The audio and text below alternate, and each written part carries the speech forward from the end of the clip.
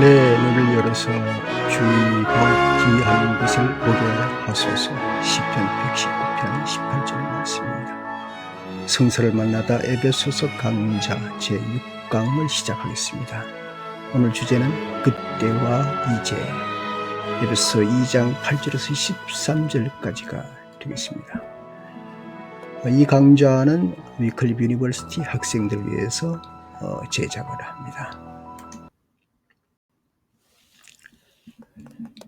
에베소서 강좌를 여러분이 듣기 전에 먼저 여러분하고 나누고 싶은 얘기가 있습니다. 그것은 성서를 열기 전에 우리가 생각해야 할 점, 지난번에 말씀을 드렸습니다만 연결해서 좀 말씀을 드리고 있습니다. 성경을 읽을 때에 때로는 서로가 갈등이 되고 모순이 되는 것들을 보기도 합니다. 그렇다고 할지라도 거기에 권위는 없어지지 아니합니다. 예를 들어서 사무엘은 사울에게 하나님은 뜻을 바꾸지 않으십니다 라고 선언을 합니다. 사무엘상 15장 29절에 말씀을 했죠. 그러면서도 또한 같은 장에서 정반대로 35절에 주님께서도 사울을 이스라엘 왕으로 세운 것을 후회하였다 하는 말씀도 했습니다. 자, 그렇다면 이것은 서로가 상반되는 느낌이 있어서 권위가 상실되지 않는가 생각됩니다. 그러나 성경의 권위가 획일적이거나 모두 동질의 의미를 가지고 있는 것은 아니라는 사실입니다. 오히려 상반되는 목소리들이 있기에 의미와 적용이 열려 있음을 말해주게 되는 겁니다. 그래서 성경은 갈등과 차이의 권위를 감싸 안게 되는 것입니다. 그래서 더 단단하게 권위를 뒷받침해 준다, 그렇게 볼 수가 있는 것입니다. 네, 이제 넘어가겠습니다. 먼저 이제 공부 들어가기 전에 그 피아니스트 리스트 얘기를 조금 하겠습니다. 헝가리 출신 음악가 리스트는 우리가 잘 알고 있습니다만은 어느 날 시골 마을에 볼 보러 가게 되었는데요. 때마침 그 시골에 음악회가 열린다는 포스터가 붙어 있습니다. 그런데 그 연주회를 갖는 피아니스트가 자기의 제자라고 소개되어 있습니다. 아무리 생각해봐도 그녀의 이름이 낯설기만 합니다. 리스트는 그냥 호텔 들어가서 호텔 안내원의 안내를 받는데 안내원이 정중하게 인사를 하면서 아는 척을 합니다. 아이고, 선생님, 제자가 연주회를 한다고 하니까 이렇게 초청을 받아서 오시게 되었군요. 선생님을 우리 호텔에 모시게 되어서 영광입니다. 리스트는 별로 기분이 좋지 못했지만 아무렇지도 않은 듯이 방으로 들어갔습니다.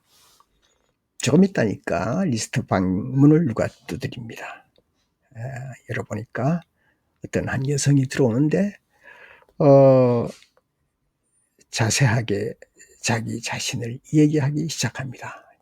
지난 몇 년 동안 자기는 그 병든 아버지와 동생들을 부양하기 위해서 그 연주회를 시골마다 돌아다니면서 했는데, 제가 시골 여자가 그냥 피아니스트라고 그러면서 연주한다 그러면 누가 오겠습니까? 그래서 참 죄송하게도 제가 선생님 이름을 빌렸습니다. 사칭한 것을 용서해 주십시오. 제가 용서를 빕니다. 제 같은 것이 감히 선생님의 제자라니요. 오늘 밤부터 연주회는 모두 다 포기하겠습니다. 그랬더니 리스트가 참 고민이 생겼습니다. 난처했습니다. 그 다음 어떻게 되는지는 결론 부분에 말씀을 드리고요. 오늘 본문 말씀을 먼저 여러분하고 보도록 하겠습니다. 오늘 본문 말씀은 조금 전에 말씀드린 대로 에베소 2장 8절부터 13절까지가 됩니다. 먼저 8절부터 시작합니다. 여러분의 믿음을 통하여 은혜로 구속을 얻었습니다. 이것은 여러분에게서 난 것이 아니요 하나님의 선물입니다. 행위에서 난 것이 아닙니다. 그러므로 아무도 자랑할 수 없습니다. 우리는 하나님의 작품입니다. 선한 일을 하게 하시려고 하나님께서 그리스도 예수 안에서 우리를 만드셨습니다. 하나님께서 이렇게 미리 준비하신 것은 우리가 선한 일을 하며 살아가게 하시려는 것이었습니다. 그러므로 여러분은 지난날의 육신으로는 이방 사람이었다는 사실을 명심하십시오. 손으로 육체에 행한 할례를 받은 사람이라고 뽐내는 이른바 할례자들에게 여러분은 무할례자들이라고 불리며 따돌림을 당했습니다. 그때 여러분은 그리스도와 상관이 없었고 이스라엘 공동체에서 제외되어서 약속의 언약과 무관한 외인으로서 세상에서 아무 소망이 없이 하나님도 없이 살았습니다. 여러분, 전에는 하나님에게서 멀리 떨어져 있었는데 이제는 그리스도 예수 안에서 그분의 피로 하나님께 가까워졌습니다. 자, 여러분은 이제 믿음을 통하여 은혜로 구속함을 얻었습니다. 이건 여러분에게서 난 것이 아니요 하나님의 선물입니다. 이랬을 때에 그 믿음과 은혜의 역할, 이렇게 질문을 제가 해본 겁니다. 구원에 있어서 믿음과 은혜의 역할은 과연 무엇입니까? 예, 먼저 믿음을 보지요. 믿음은 인간에게 속한 것이 아니겠습니까? 그리고 은혜는 하나님께 속한 것입니다. 믿음은 겸손하게 받아들이는 것이고 은혜는 인간에 대한 하나님의 긍휼입니다. 그러므로 믿음은 하나님의 은혜를 받아들이는, 신뢰하고 받아들임으로 말미암아 구원에 이르는 것이고 그 받아들이도록 은혜를 베풀고 또 구속하신 하나님의 은혜가 바로 구원의 키포인트가 되는 것이죠. 두 번째 질문은 사람이 구원을 얻은 후에도 결코 자랑할 수 없는 이유가 무엇입니까? 하는 것을 한번 살펴보도록 하겠습니다. 저는 다니엘서 6장을 여러분에게 소개를 다시 합니다. 여러분이 다 아시지만 다니엘은 다리오라고 하는 메데바사의 왕을 섬겼습니다. 그는 방백한 120명을 세워서 전국을 다스렸는데 다니엘이 총리 셋 중에 하나가 되었습니다. 총리와 방백들이 다니엘을 질투했죠. 그래서 고소하려고 많이 애를 썼고 시시탐탐 노렸지만 찾을 수가 없었습니다. 그러던 중에 다니엘이 하루에 3번씩 창문을 열고 예루살렘을 향해서 기도하는 모습을 발견하게 된 것입니다. 이에 그들은 왕을 부추기기 시작했지요. 왕 이외의 사람이나 신에게 기도하는 자는 사자굴에 던져 넣기로 한 금령을 내리게 한 것입니다. 그러자 다니엘은 그 얘기를 알면서도 전혀 관여하지 않고 전에 행하던 대로 변함없이 창문을 열고 하나님께 기도를 합니다. 그러자 그들은 다니엘을 왕에게 고발을 하게 됩니다. 이에 다니엘은 왕은 다니엘을 사랑하지만 그렇지만 자신이 공포한 금령을 어길 수가 없었기 때문에 다니엘을 불렀습니다. 그래서 다니엘에게 결국 아무리 권해도 결국 말을 듣지 않고 다니엘은 그대로 할 수 없이 사자굴에 넣기로 결정을 하게 됩니다. 왕은 다니엘을 사랑하지만 자신이 공포한 금령을 어길 수가 없었습니다. 그래서 사자굴에 넣고는 왕은 뜬 눈으로 밤을 새웠습니다. 다음날 새벽에 왕은 급히 사자굴로 달려가서 다니엘을 불렀습니다. 그러자 다니엘은 이렇게 대답을 했습니다. 나의 하나님께서 천사를 보내어 사자의 입을 막았으므로 사자가 해치지를 못했습니다. 왕은 다니엘을 끌어올리고 다니엘을 모함한 자들을 대신 다 집어넣은 후에 하나님을 찬양했다 하는 그런 얘기입니다. 다니엘은 무엇을 했습니까? 믿음을 지켰습니다. 하나님을 무엇 하셨습니까? 다니엘을 구원해 주었습니다. 그래서 믿음이 구원한 것이 아니라 하나님의 은총이 구원한다 하는 것으로 좀 믿음과 은총을 좀 이렇게 잘 구분해서 이해를 하려고 여러분에게 나눈 것입니다. 질문 세 번째는 행위가 아니고 은혜로 말미암아 믿음으로라고 했는데 왜 굳이 행위가 아님을 강조해야 되는 그런 이유가 있습니까? 예, 그토록 강조하는 이유를 제가 한 5가지로 적어봤습니다. 첫 번째요. 당시의 율법주의자들은 잘못을 하고 있었습니다. 계속해서 율법주의자들은 뭔가를 행동해야만이 구원에 이른다고 얘기했던 것입니다. 예, 그것을 경고하게 된 겁니다. 뿐만 아니라 두 번째는 그 인간의 조건을 배제하는 겁니다.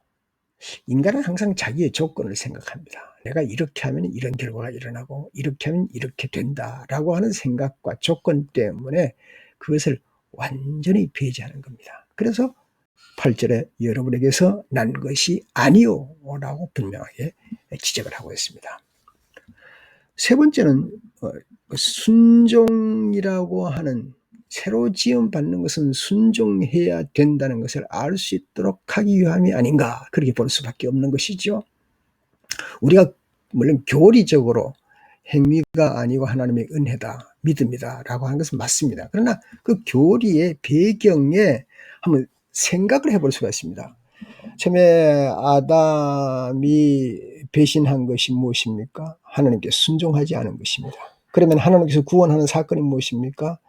아담의 배신했던 그 이전 상태로 되돌리는 것을 말하는 겁니다. 물론 그 이전 상태보다 더 높은 상태로 이끌어 올리는 것이 하나님의 구원 계획입니다. 그렇다면 이제 새로 지음을 받아서 나아가게 하는 데는 이 순종해야 된다는 것을 알 수 있도록 하나님께서 만드신 것이라 그렇게 볼 수가 있는 겁니다. 이 순종하는 것은요 행위이지만 그것은 결코 여기 행위에 포함되지 않는 것이라고 볼 수가 있겠습니다. 네 번째는 역시 비슷합니다만 인간의 겸손을 위한 것이라 그렇게 볼 수가 있습니다. 다섯 번째는요. 하나님의 은혜를 찬미하게 하기 위함입니다. 하나님이 구원을 베푸셨고 또 우리 인간은 받아들이고 하나님께 영광을 돌리며 찬미하게 하려는 것이 하나님의 원래 뜻이라 그렇게 볼 수가 있는 것입니다. 자, 이제 10절 말씀으로 나옵니다. 우리는 하나님의 작품입니다. 선한 일을 하게 하시려고 하나님께서 그리스도 예수 안에서 우리를 만드셨습니다. 하나님께서 이렇게 미리 준비하신 것은 우리가 선한 일을 하며 살아가게 하시려고 한 것입니다. 먼저 첫 번째 질문은 말이죠. 우리가 하나님의 작품이라는 것을 어떻게 알 수 있나요? 아주 평범하고 원론적인 질문 같습니다만 한번 해보는 것입니다. 도대체 우리가 하나님 작품인 것을 무엇을 알 수 있단 말인가?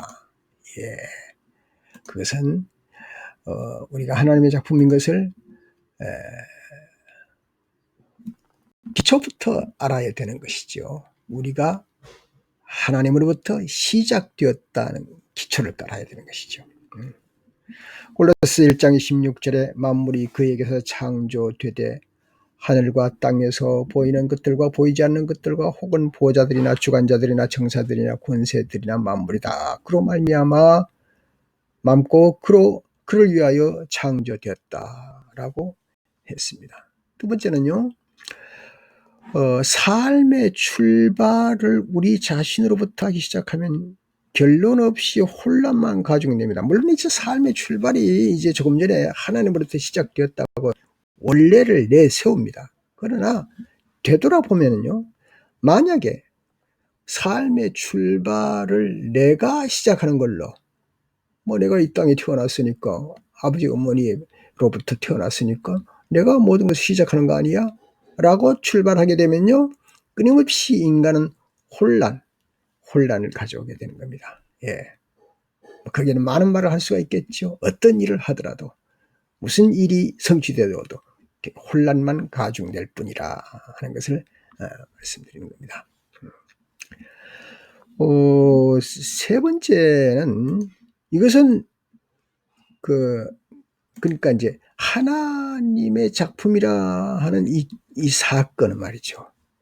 내가 어떤 일에 성취했다거나 내가 행복을 얻었다거나 내가 가족을 위해서 잘 산다거나 직업을 충실하게 지켰다거나 내 꿈이 어떤 야망이나 꿈이 있다거나 하는 것보다 훨씬 더 넘어가는 그런 귀한 일이라고 볼 수밖에 없는 것입니다.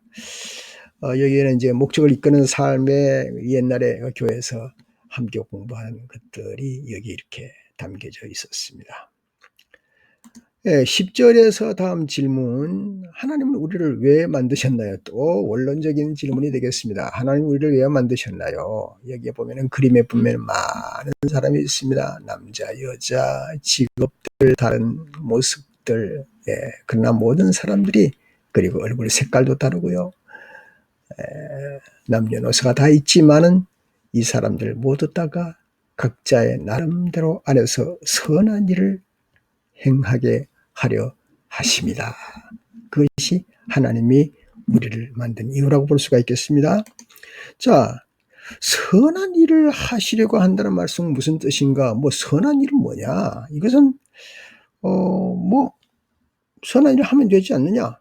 그런데 그 선한 일이라는 게 양보하고 남을 해치지 말고 구제하고 사랑하라, 그런 정도에 머무르는 선한 일이 아니고, 정확하게 말을 한다면 내가 맡겨진 현장에서 내게 충실한 직업 혹은 사명, 거기에 충실하라는 말씀으로 받아들여지는 것입니다. 그러므로 선한 일이라는 것은 첫째는 복음 안에서 비로소 참된 선을 할 수 있다는 기초를 세워야 하는 것입니다. 복음을 떠나서는 아무리 어떤 것을 할지라도 선한 것이 될 수 없다는 것을 믿어야 되는 것이죠. 둘째는 건강한 교회가 되려면 선한 일을 하는 그 윤리가 바로 서 있어야 됩니다. 사실은 교회가 선한 일을 하게 되는, 교회가 바른 일을 하게 된다. 아니, 이것은 교회가 마땅히 해야 할 일이지만 동시에 윤리를 바로 세워서 더 건강한 교회를 키워나가는 거예요. 여러분이 아시는 대로 요즘 신천지 얘기가 많이 나오죠. 건강하지 못한 교회입니다. 수적으로는 성장했을지 모르지만, 왜? 거기에는 윤리가 극단적인 것으로 빠져 들어가서 윤리가 부서졌기 때문에 그들은 참 선한 일이라고 볼 수가 없는 것입니다. 그러나 아주 짜임새 있는 조직으로 또 거짓으로 많이 성장을 했다, 그렇게 표현하고 있습니다만은, 동시에 구원의 감격과 확신이 말이죠, 이 선한 일을 통해서 우리 속에 살아남게 되는 것이죠.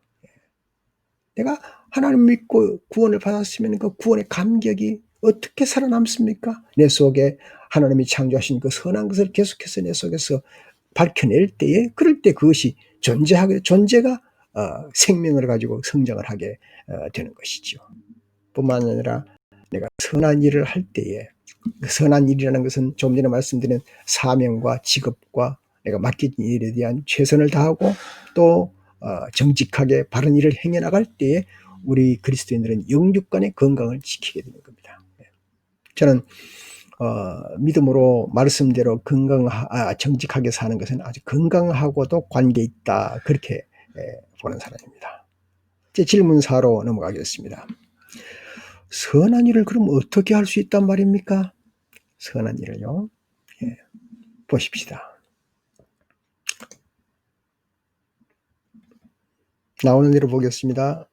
성격 사용하기입니다. 성품이 어떻습니까? 다 다르죠. 성품과 성격은 모든 사람이 조금씩 다릅니다. 그러나 그 다른 성격과 성품을 잘 사용하는 겁니다. 하나님을 위해서. 두 번째는 뭡니까?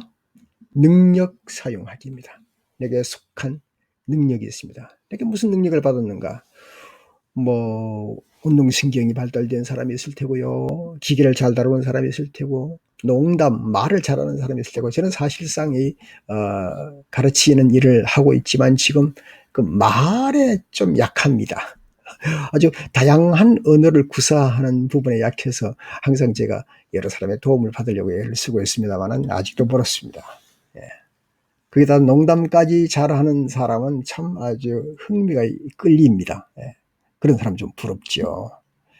아무튼 내게 받은 능력을 잘 사용하는 겁니다. 로마서 12장 6절에도 보면요. 뭐라고 말씀했습니까? 우리에게 주신 은혜대로 받은 은사가 각각 다르니라고 했습니다. 우리가 받은 것이 참 깊이 생각해 보면 많습니다. 우리의 뇌가 말이죠. 100조의 사실을 저장할 수 있다고 합니다. 우리의 마음은 1초에 15,000개의 결정을 내릴 수가 있습니다.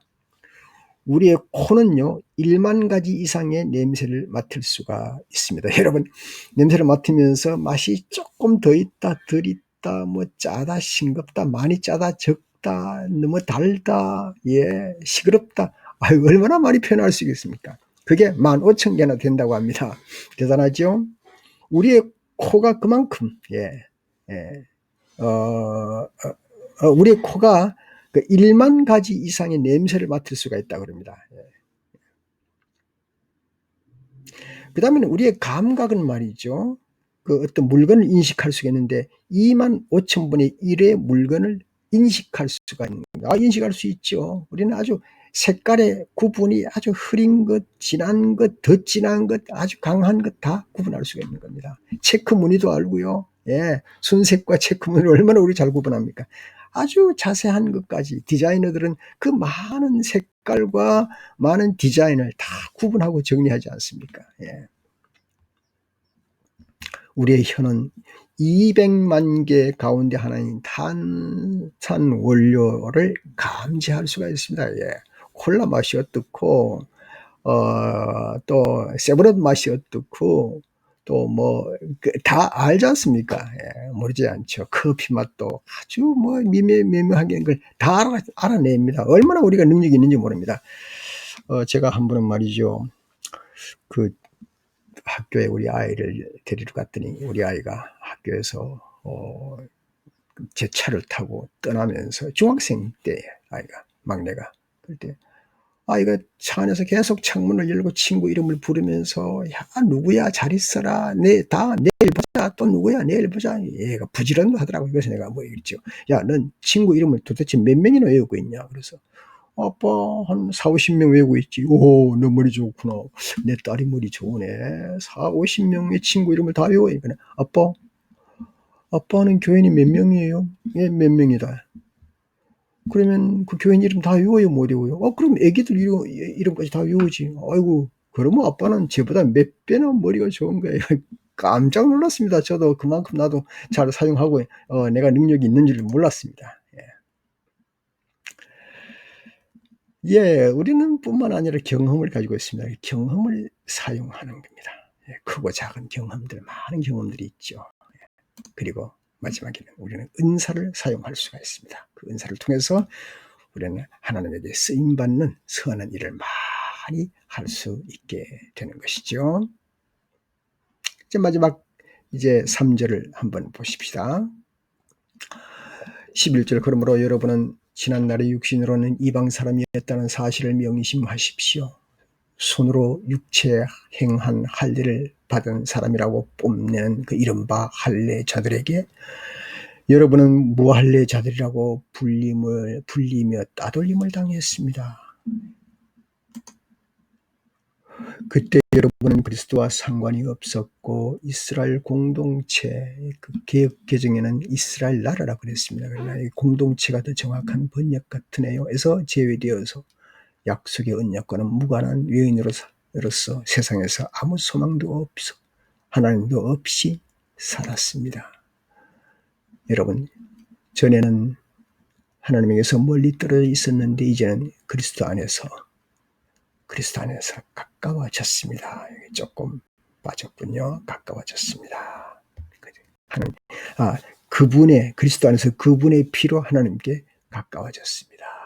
이렇게 말씀을 했습니다. 그렇다면 이 질문은요. 11절, 12절, 13절에서 이런 말씀을 찾을 수 있습니다. 지난날이라는 말과 이제 혹은 그때와 이제가 있습니다.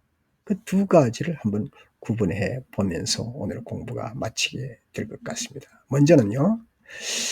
자, 지난날이라 그러면 그때는 어떠했고 이제는 어떠했다 하는 그런 뜻이 되겠습니다. 십자가를 중심해서 예수 그리스도를 믿기 이전에는, 구원받기 이전에는 어떠했고 이후에는 어떠하느냐 하는 것이 나와 있습니다. 첫 번째, 이전에는 그리스도와는 상관이 없었습니다. 그러나 지금은 그리스도 안에 있습니다. 이전에는 이스라엘 공동체에서 제외되었습니다. 오늘 본문 말씀 그대로입니다. 그리고 지금은 그분의 피로 하나님과 가까워졌습니다. 이전에는 약속의 언약과 무관하였습니다. 그러나 이후에는 약속의 언약을 받은 사람입니다. 이전에는 세상에 아무 소망이 없었습니다. 그러나 이후에는 세상에 선한 일을 할 소망을 가졌습니다. 이전에는 하나님 없이 살았습니다. 그러나 이후에는 하나님의 작품으로 살아가는 겁니다. 이전에는 할 일을 받지 않은 사람이라는 칭함을 받았습니다만 지금은 영적 할 일을 받은 사람으로 살아가는 것입니다. 예. 아까 제가 리스트 얘기를 하다가 중단했습니다. 리스트가 그 피아니스트 얘기를 듣고 나니까 고개를 갸우뚱하면서 그러면서 고개를 가로저으면서 이렇게 얘기를 합니다. 여보시오, 예정된 연주를 포기하다니요. 연주를 포기할 수는 없는 것이죠. 이리 와 보시오. 그래서 리스트는 그녀를 이끌어서 피아노 있는 곳으로 갔습니다. 그리고는 자신이 작곡한 곡을 몇 개 꺼내놓고는 연주해보라고 합니다. 그런 대로 잘 쳤습니다. 그러나 리스트는 곡에 맞는 연주법과 그리고 몇 가지 잘못된 것을 지적을 해주고 반복해서 몇 번 하게 했습니다. 그리고 이렇게 말을 했습니다. 당신은 방금 나한테 피아노를 배웠고 그러니 당신은 이제 나의 문화생이 되었어. 그러므로 오늘 밤에 당당하게 리스트의 제자로 연주회를 열면 될 것이요. 예, 피아니스트는 뜨거운 감사의 눈물을 흘렸다 하는 얘기 있습니다. 우리의 믿음, 우리의 행위, 그 이전에 하나님의 은혜가 얼마나 큽니까? 감사합니다. 에베소 강좌 제4강을 이것으로 마치겠습니다.